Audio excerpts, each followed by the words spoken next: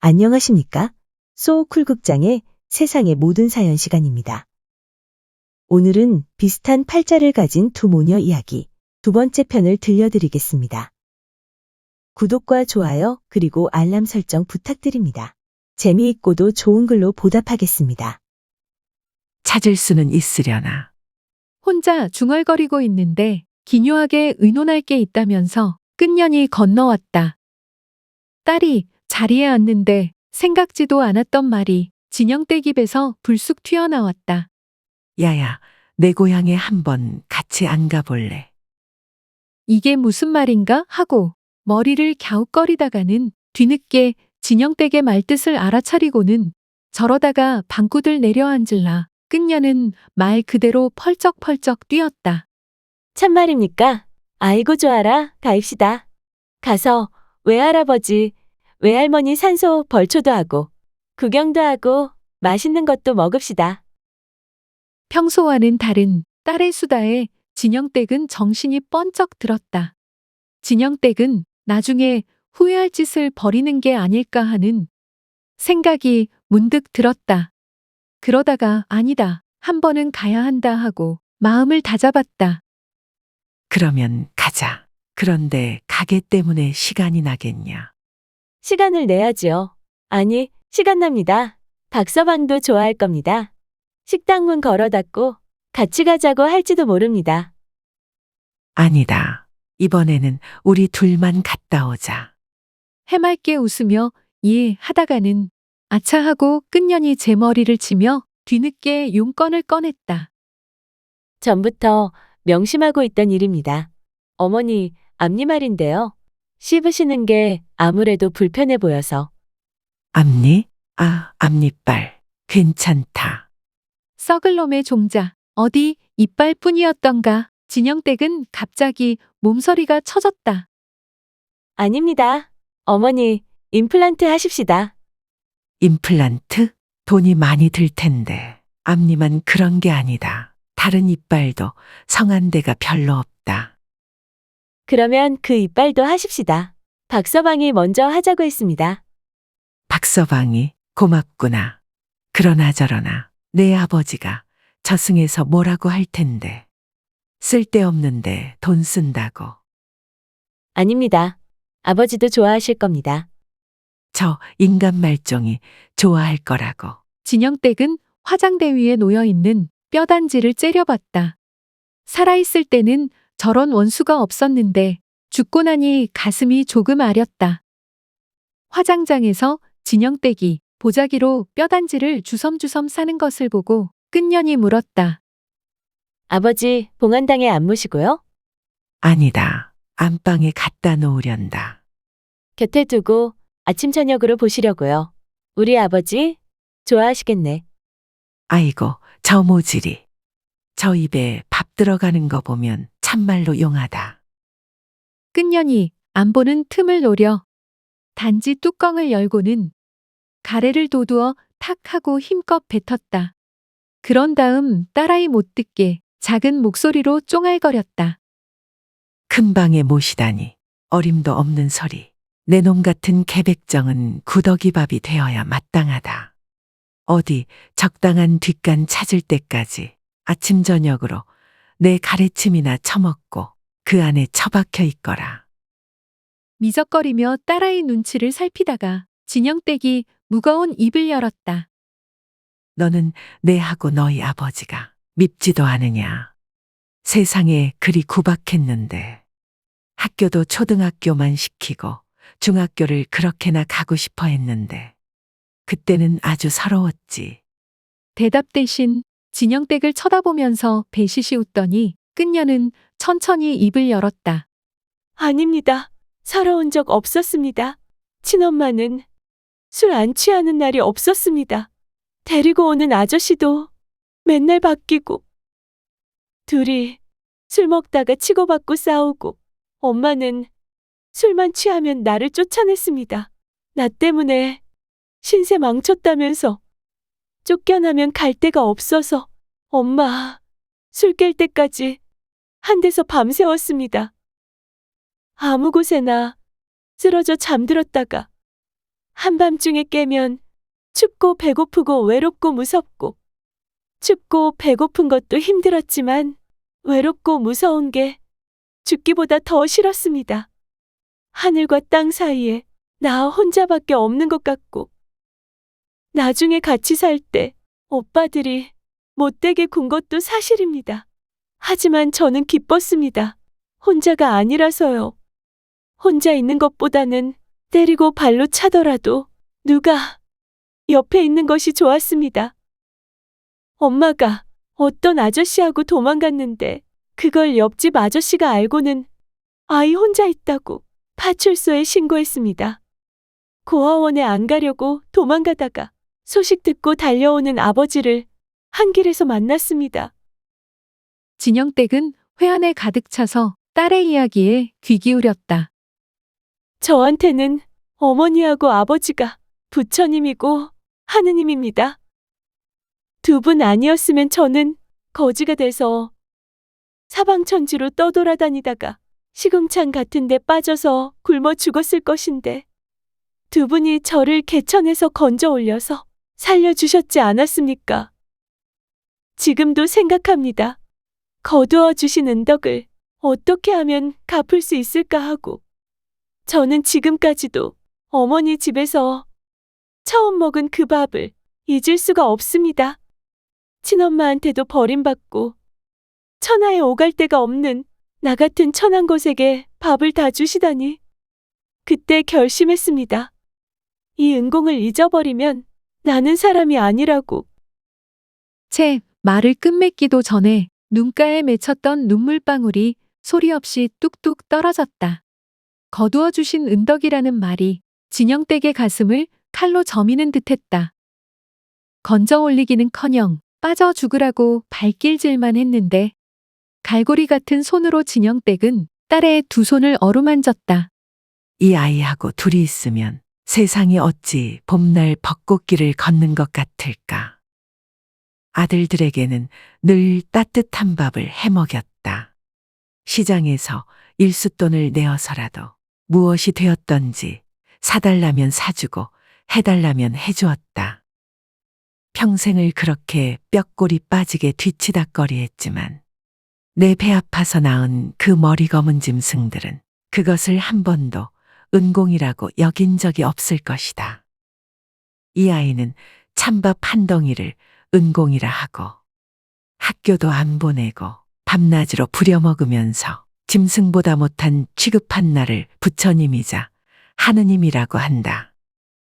이 죄업을 어찌 갚을꼬. 깊은 회한에 빠져 있다가 딸아이가 하는 말에 진영댁은 귀가 번쩍 뜨였다. 어머니, 그래서 말인데요. 제가 이번에 중학교에 갔으면 합니다. 방송통신중학교라고 있습니다. 염치 없지만 어머니가 도와주시기만 하면 다닐 수 있을 것 같습니다. 야야, 염치 없다니 그런 말이 어딨느냐? 가야지, 가야지. 그렇게 가고 싶은 중학교였는데. 고등학교도 가고 대학교도 가야지. 내가 날마다라도 식당에 나갈게. 자기도 모르게 자리를 박차고 일어난 진영댁이 속옷바람으로 덩실덩실 어깨춤을 췄다. 그 모습을 본 끝년이 눈이 부신 듯 웃었다. 끝년의 웃는 모습이 진영댁의 눈에는 더 눈부셨다. 학교는 2주일에 한 번만 가면 됩니다. 나머지는 인터넷으로 공부한다고 했습니다. 그러니까 매일 식당에 나오실 필요는 없습니다. 제가 없는 날만 나오셔서 봐주시면 됩니다. 야야, 고맙다. 참말로 고맙다. 내가 나를 사람 구실하게 만드는구나.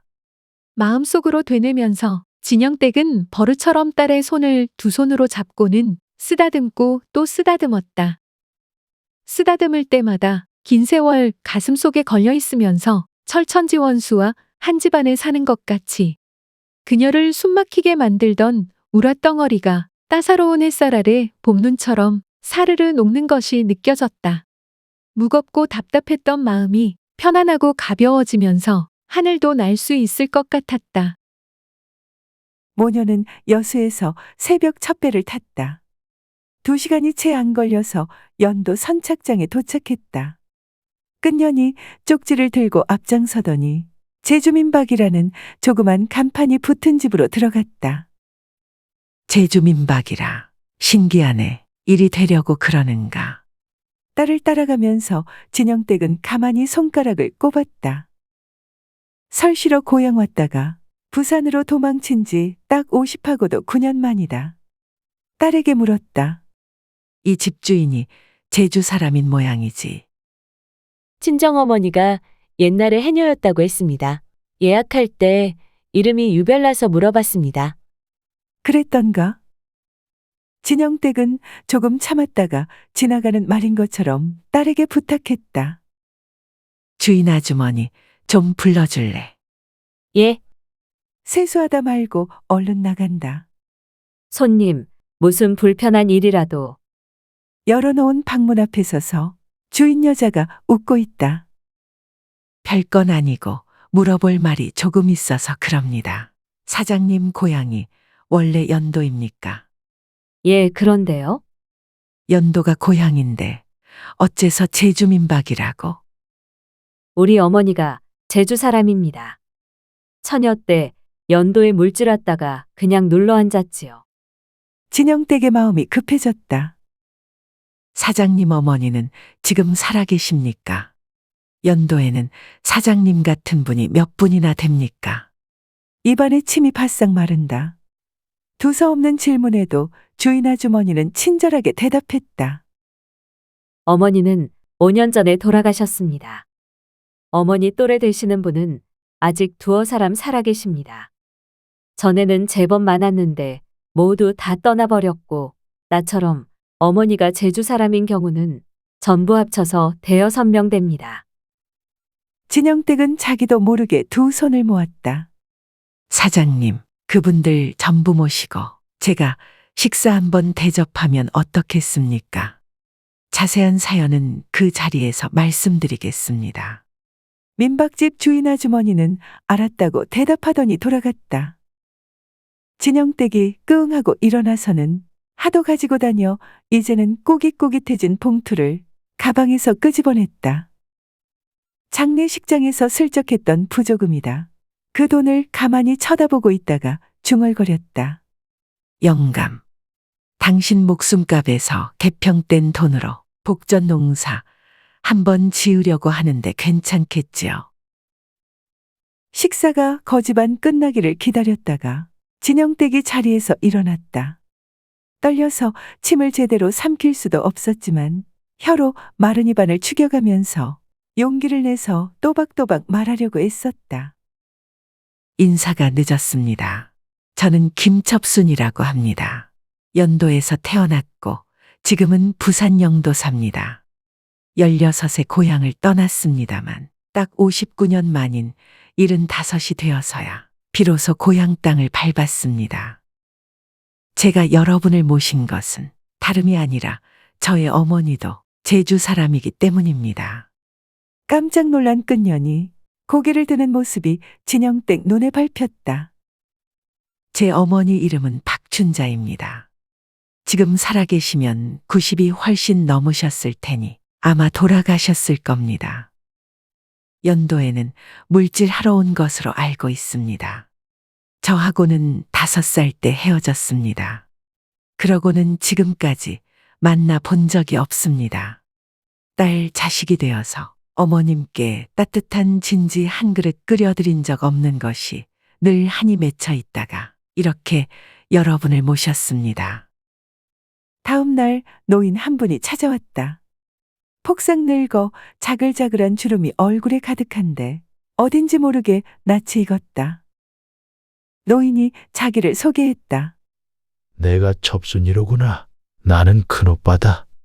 언젠가는 한번 이런 날이 있을 줄 알았는데 죽기 전에 내 얼굴을 보니 참말로 다행이다. 큰오빠였구나. 어렴풋이 옛 모습이 기억나는 것 같기도 하였다. 다소곳하게 앉아서 다음 말을 기다렸다. 내가 왔다는 소식 듣고 왔다. 여기는 동네가 작아서 소문이 금방 퍼진다. 끙끙거리며 말을 이었다. 내 친엄마는 그 사달이 난 뒤에 곧바로 제주도로 돌아갔다. 그런데 한 20년 됐을 것이다. 돌아왔다는 소문이 돌더니 집으로 와서는 너를 찾더라. 집 나가고 난 뒤에는 통 소식을 모른다고. 식구들이 딱 잡아댔다.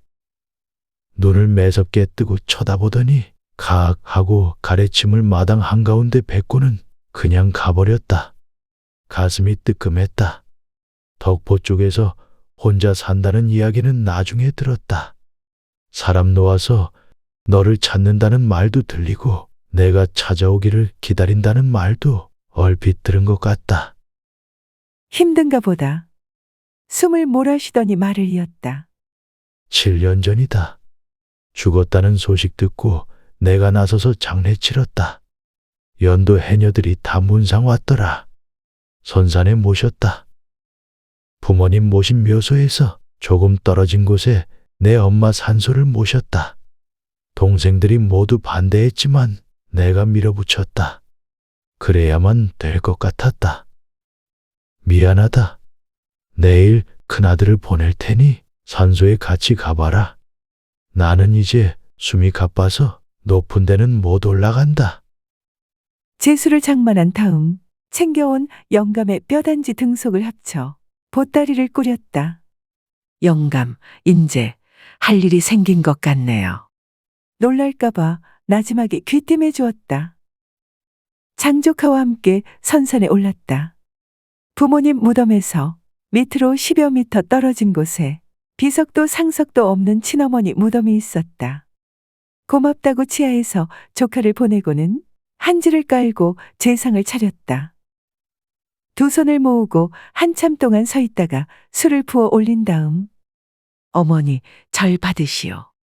울면서 딸과 함께 4번 절을 했다. 쳐들어와서 포악을 부리던 여자. 어머니의 길고 숨 많던 머리가 싹둑싹둑 잘려서 흩어지고 분통이 터져서 참을 수 없었던가. 그 여자는 반 넘어 머리가 깎인 어머니의 옷마저 갈기갈기 찢어버렸다. 구석에 몰린 쥐가 저런 눈빛일까? 어머니는 비쩍 야윈 몸매에 커다란 젖무덤을 드러낸 채 숨도 제대로 못 쉬고 꺽꺽거렸다. 방금까지 같이 있던 아버지는 어디로 내뺐는지 안 보이고 땅바닥에 아무렇게나 어머니는 널브러져 있었는데 그 여자는 내 손을 우악스럽게 잡더니 질질 끌고 갔다. 어머니와는 그게 마지막이었다. 가져온 낫으로 벌초하다 말고 어제부터 통말이 없는 끝년의 손을 진영댁이 잡았다. 이 일 끝나고 나면 내 친엄마도 같이 한번 찾아보자. 살그머니 손을 빼면서 아이가 무엇라고 말하려다가 그만둔다. 저 아이는 내게 무슨 말을 하고 싶었던 것일까? 무섭다. 죄를 많이 지으니 이렇게 무섭구나.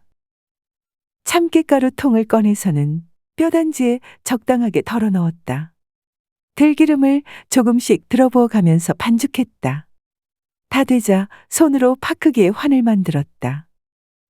끝년이 와서 거둔다. 울었는가? 얼굴에 눈물 흔적이 남아있다. 환을 다 만든 다음 들고 산을 올랐다. 작은 산짐승이 다닐 만한 곳에 뿌렸다. 끝년도 따라한다. 나뭇잎에도 올려놓았다. 새도 먹어야지. 보소, 장모님 모시고 잘 사서. 당신 살면서 나에게 빚진 것 많지 않소. 그것 장모님한테 다 갚으시오. 반은 가다가 바다에 뿌릴래요. 물고기도 먹어야지요. 산짐승, 날짐승을 위한 공양이 끝났다. 손을 터는데 뒤처져 오던 끝년이 진영댁 소매를 가볍게 잡았다. 와. 어머니, 우리 엄마 꼭 같이 찾아보실 거지요? 이 아이가 이렇게 자기 속마음을 내보인 적이 있었던가. 그러고 보니 한 번 있었다. 옛날에 중학교 보내달라고 빌 때. 진영댁의 가슴이 아려왔다. 그렇게 하고 말고. 그런데 찾으면 어쩌려고. 뭔가 계획이 있을 거 아니냐. 한참을 말이 없다. 그러더니 입을 연다. 계획 없습니다. 잘 사시고 계시면 담벼락 넘어 그냥 얼굴만 한번 보고 오렵니다. 그러면 얼마나 좋겠습니까? 어렵게 사시면 아이고, 그러면 안 되는데 이 일을 어찌할까? 말을 채 맺지 못하고 어깨를 들썩이며 소리를 내서 서럽게 운다. 진영댁이 끝년을 껴안았다. 한참을 같이 울다가 어깨를 토닥토닥 두드리면서 딸을 달랬다. 잘 살고 있을 거다. 너무 걱정하지 마라. 울다가 끝년이 눈물을 훔치면서 말했다. 못 사시면 우리가 형편되는 대로 도와드려야죠. 제가 모셔도 좋고, 어머니 그래도 괜찮지요? 울다 말고 진영댁이 미소 지었다. 괜찮고 말고 나야 무조건 찬성이다. 늙음하게 동무도 생기고 얼마나 좋으냐. 딸의 손을 꼭 잡고 진영댁은 맨 위쪽에 있는 무덤으로 갔다. 잡았던 손을 놓고 큰어머니 무덤 위로 올라가려는데 자꾸 미끄러진다. 끝년에게 엉덩이를 밀라고 손짓했다. 끝년이 민다. 무덤 꼭대기에 자리를 잡고는 문득 하늘을 올려다봤다.